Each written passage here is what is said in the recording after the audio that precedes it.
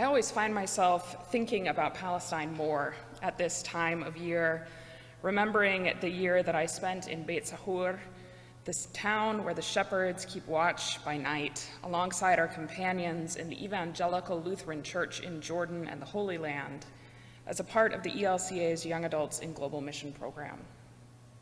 What I'm about to share today is a piece of something that I wrote in the fall of that 2018-2019 year, which I want to share with you. It was a Thursday, and a few members of our cohort had gathered alongside many international visitors, local leaders, and religious folks at the Tent of Nations, a 100-acre farm just outside Bethlehem, owned by the Nassar family, a Palestinian Lutheran family. That night, the family received the 2017 World Methodist Peace Award, honoring their creativity, consistency, and courage in peacemaking and nonviolent resistance. A few words about the Nassar family farm. This 100-acre farm is lush with the fruits of the earth: olives, apricots, figs, wheat, grapes, and it's also a center for community empowerment and growth. It has been in the Nassar family for more than 100 years, but for the last 30, it has been the target of continual attempts by the Israeli state to confiscate the land. It is also completely surrounded by the Gush Etzion settlement block, which is illegal under the Geneva Convention and other international laws. Despite near constant attacks, the Nassar family is guided by their faith and 3 clear principles. They refuse to flee. They refuse to hate. They refuse to be enemies. At one point that evening, Archbishop Emeritus Elias Shakur of the Melkite Greek Catholic Church and 3-time nominee for the Nobel Peace Prize stood to speak at the podium. Framed both by the glorious beauty of the terraced land and the looming settlements, complete with a tall gun tower bedecked with a massive Israeli flag, Archbishop Shakur began to speak in a quiet voice. Abuna shared his experiences as a young man, dispossessed of his land and his identity, forced to flee from his home as a refugee. Near the end of his speech, Archbishop Shakur looked towards the internationals in the crowd. "Are any of you American?" he asked. A number of us raised our hands.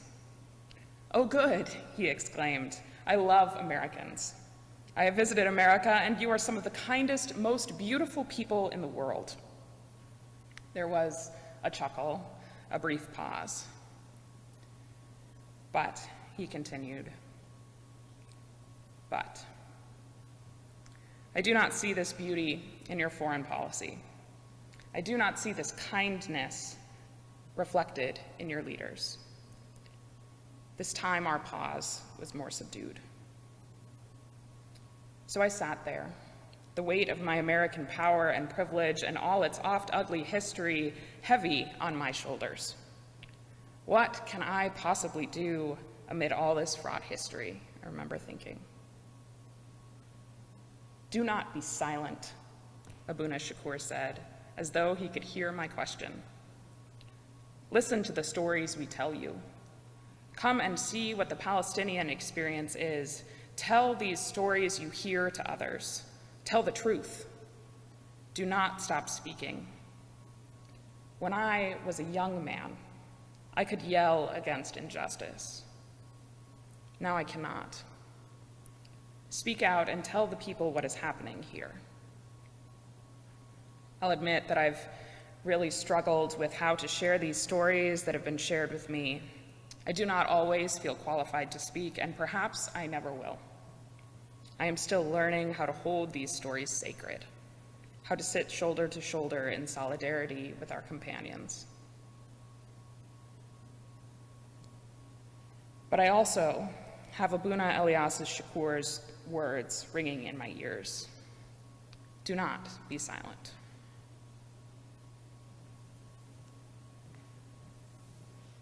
Psalm of David. Here's what Israel should say. Suppose the Lord had not been on our side when our enemies attacked us. Suppose he had not been on our side when their burning anger blazed out against us. Then they would have swallowed us alive. They would have been like a flood that drowned us. They would have swept over us like a rushing river. They would have washed us away like a swollen stream.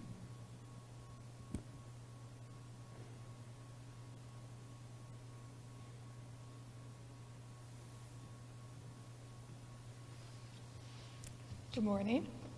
I wanted to thank Miriam for this opportunity to share a little bit about my time in Palestine as well. I also served with the ELCA's Young Adults and Global Mission Program. The year after Hannah, I was there with Megan. And I served in 2 different areas of the West Bank. So our program is Jerusalem and the West Bank, and I was in the Palestinian territory of the West Bank. I first served in the city of Ramallah, which Palestinians lovingly refer to as their New York City, even though I would say it's not much like New York City. And then I also served in a small village called Beit Jala, which was just outside of Bethlehem. And similar to what Hannah was sharing, this time of year always makes me think more about my time in Palestine because people are referring to this holy city of Bethlehem, and that means something very different for me than what I think it means, just what it meant for me before my time in Palestine and hearing about this little town of Bethlehem. And when we were there, we learned a lot about this concept of living stones versus ancient stones. The idea being that there are a lot of ancient stones in Palestine, that there are these holy sites that have been there for years and years and that mean a lot to these holy people. And yet there are also living stones, and these living stones are the people that are there today and that are living under occupation, that are going through injustice, and that need to be accompanied. And that was what the purpose of the Young Adults and Global Mission Program was, and that's what I was there to do. I was there to accompany our companions in the Evangelical Church of Jordan and the Holy Land and to walk with them. And when I think about this concept of ancient stones versus living stones, I often think back to one warm spring afternoon in the city of Jericho. And since I served during the year of 2019 to 2020, I was abruptly evacuated a few weeks after this afternoon. So I didn't realize how sacred this afternoon would be to me and how much it would mean to me while it was happening, but it comes to be something that I think of back on very fondly. And it was just the first warm spring afternoon of the year. I think we all have those memories of what you do on that day. Everyone's out and celebrating, and my host family said, hey, let's go have a barbecue in Jericho. And I said, okay, great. I had been to Jericho a couple of times before, and it was a really fun place. So there was this big park area where a bunch of Palestinian families just came with a lot of food, all sorts of different meats, these big tubs of hummus, pita bread, tabbouleh, all the delicious food that you can imagine. And we just sat around a table for hours and hours, probably about 7 hours there. And I just played games and spent the afternoon with my host brother and host cousins making up all these silly, goofy games that had no rules to them. But what was so sacred and was so holy was the time that I was spending with these people that had come to mean a lot to me. That I had inside jokes with now, and I began to speak their language both literally and figuratively. And even though those relationships were pretty traumatically ripped away from me in just a couple short weeks, the time that I had in Palestine and learning about what it means to walk with these people who are under occupation and bearing witness to that injustice has come to mean a lot to me, and is something that I want to continue exploring in my ministry. So if you ever have the chance to visit the Holy Land, I really encourage you to, and I encourage you to think about the living stones that are there.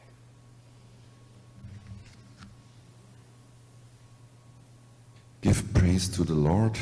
He has not let our enemies chew us up. We have escaped like a bird from a hunter's trap. The trap has been broken and we have escaped. Our help comes from the Lord. He is the maker of heaven and earth.